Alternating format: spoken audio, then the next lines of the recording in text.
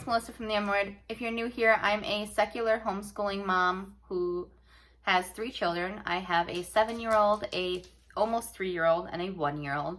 We usually choose mostly secular, if not completely secular, homeschool choices, and that's what you'll find here on this channel. You'll find a lot of reviews and just daily lives and what we're doing, mostly reviews and like do a lesson with me type of thing. So if you're interested in anything like that, go ahead and subscribe or like or leave me a comment. This video is in collaboration with another group of secular homeschooling moms. And the host of this collaboration is Suzanne over at Whimsical Family Life. And I will link her channel and the collaboration link below. And we are all sharing about homeschool resources, which wish we had known about sooner. A ton of homeschooling resources that I wish I had known about sooner. And I'm just going to share a few with you, and the other girls are going to share a ton with you as well. And I can't wait to get to see what they are sharing too, because I'm sure it's wonderful, very helpful, and I'm sure it's things that I'm going to want to know about as well. First thing I want to mention is something I already knew about, but I still want to mention it. It's the library, because I didn't use it the way I should have when I first started homeschooling. I was buying books from Amazon. Anytime a book was mentioned in a curriculum or I needed a book for something, I was buying it, and we ran out of room fast. I love all the books and we read all the books, but use your library. My library has like the Story of the World book. It doesn't have the activity books or like the test books or anything like that, but it does have the actual like history book, the Story of the World books. Now, we personally don't use Story of the World, but for homeschooling parents that use it, that would be a super cheap way to get a hold of the book. Chip, no. It also has resources like Teach Your Child to Read in 100 Lessons or Less, and the What Your Children Need to Know, kindergarten, first grade, preschool, all those random books. And it has your Bob books and any book that a curriculum randomly says, hey, you should read this as well. Like Story of the World and History Quest both have a list of books that they suggest you also read. And those are super huge resources, and it saves a ton of money. And even if you're not trying to save money, it allows you to allocate those resources to a different part of your budget. So use your library is what so the library is a wonderful resource that I just wish I had realized sooner how much better it would be than just ordering the book from Amazon. On the same note of the library is Libby.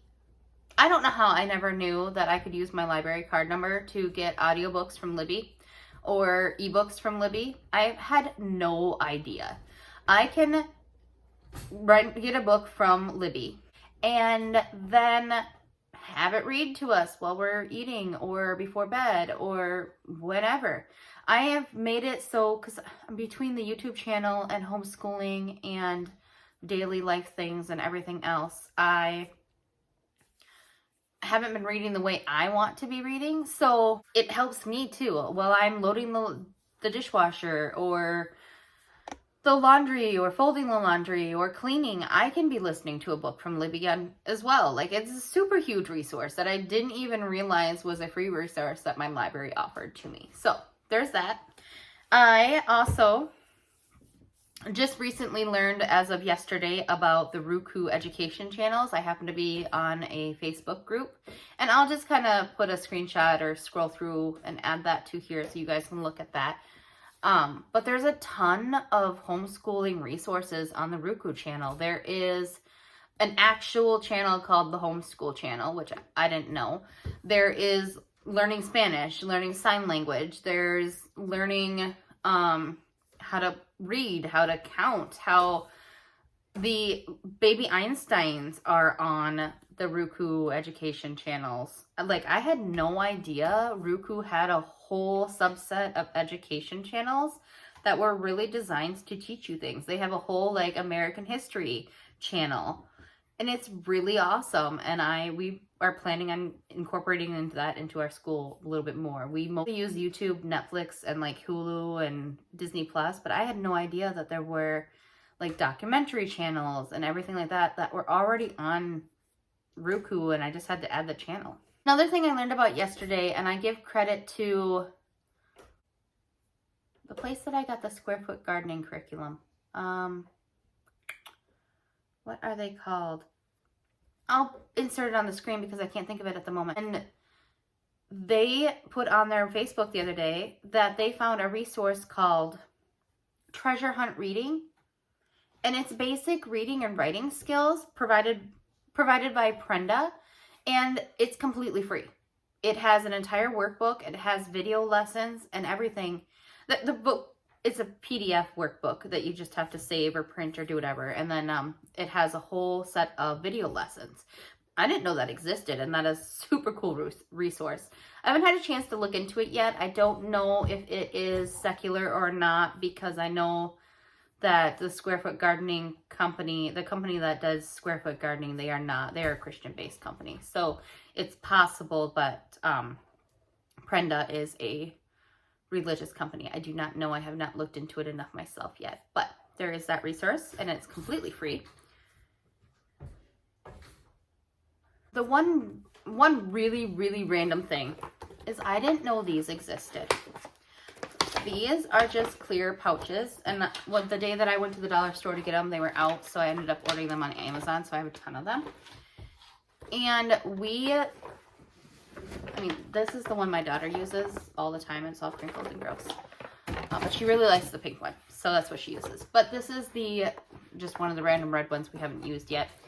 I laminate a lot of our curriculum because I want to be able to use it for all 3 kids. And it's very possible that it won't work for all 3 kids, but at least I have the option and it'll be all available for us. But this lets me take the laminated sheet because for whatever reason, it's really hard to get dry erase marker off of the lamination sheets, and I don't know why. Like if you wipe it off right away, it comes right off, but if it's dried at all, I can't seem to get it off.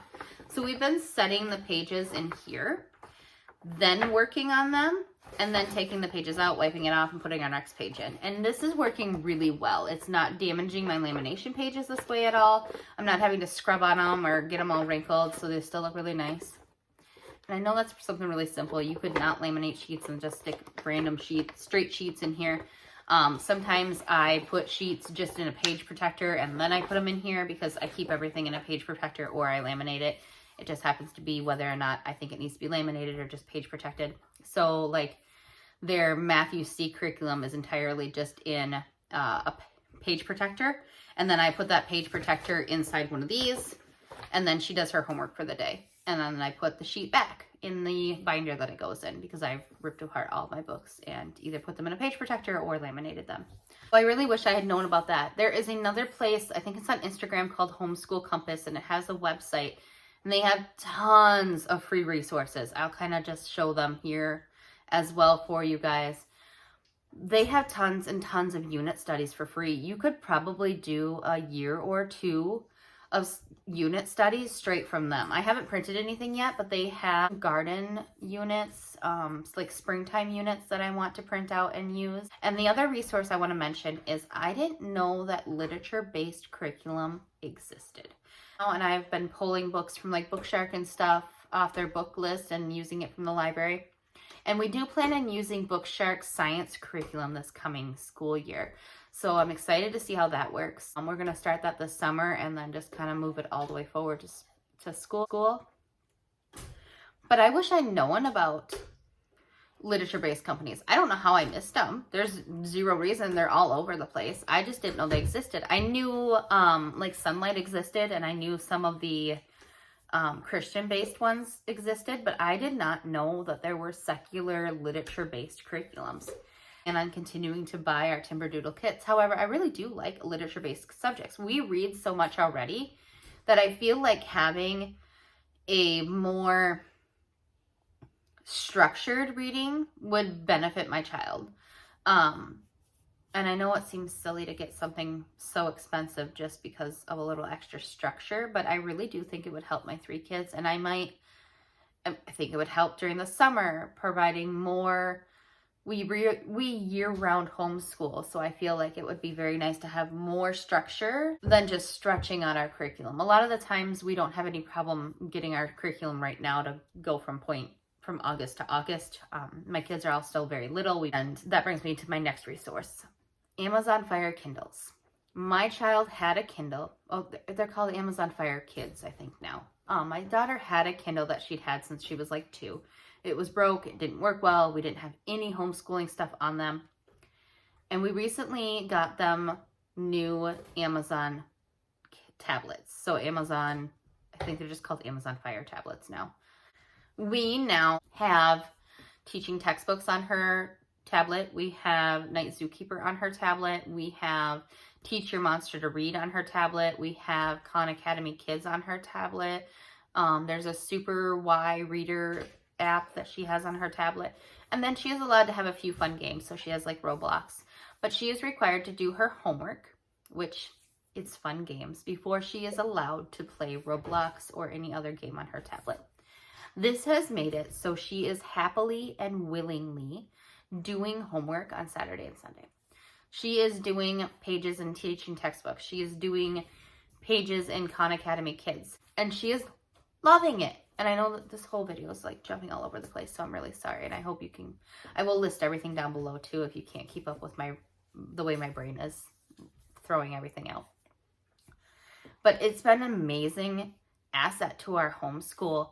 And I'm really glad that we did it. With my oldest daughter, we got her the Kindle, or the Amazon Fire Pro.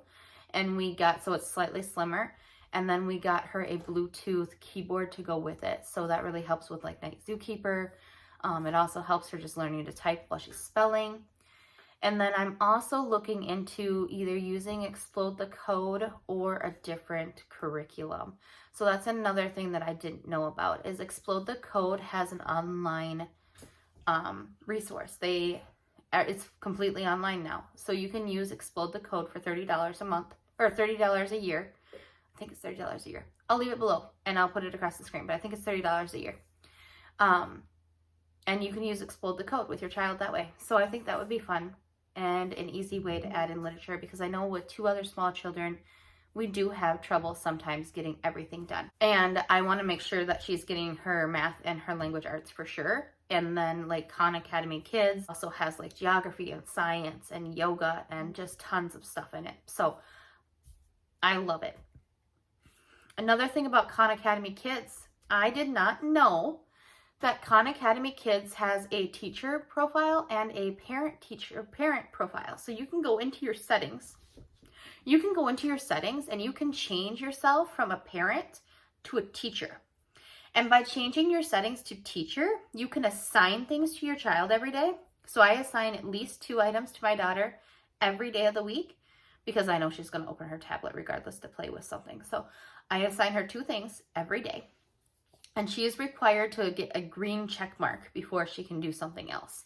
So it will give her a red or an orange check mark if she did not do well on the assignment. So if she failed or only got it like halfway through. And then if she got a green check mark, which is a passing grade, she can move on to the next thing. So, and then the teacher dashboard provides me with the actual grade she got. So like 92 and 100, like I think the lowest I've seen so far is 92. I didn't actually look at it the day that she got a few of the red and the orange. So I don't know what their cutoff is for the orange, red, and green. But they list out what she's done. They list out the grade she's done. And then it lets you assign things, which is on its own amazing. So those are a few resources. There's a lot. I will list them all below too with links. And I will try to insert some videos or some screenshots for you guys. But those are all the resources that I wish I had realized sooner existed. If there's any resources that you wish you had noted sooner, please leave them below. I'm sure I would love to look into them. I'm sure the other moms coming here from other channels and the other ladies coming here from their channels to look would love to see those resources as well. So we would really appreciate that. And if you have any comments, questions, or anything else, please leave it in the comments below, and go ahead and hit the like button and subscribe if you would like to see more homeschooling content. I will talk to you next time.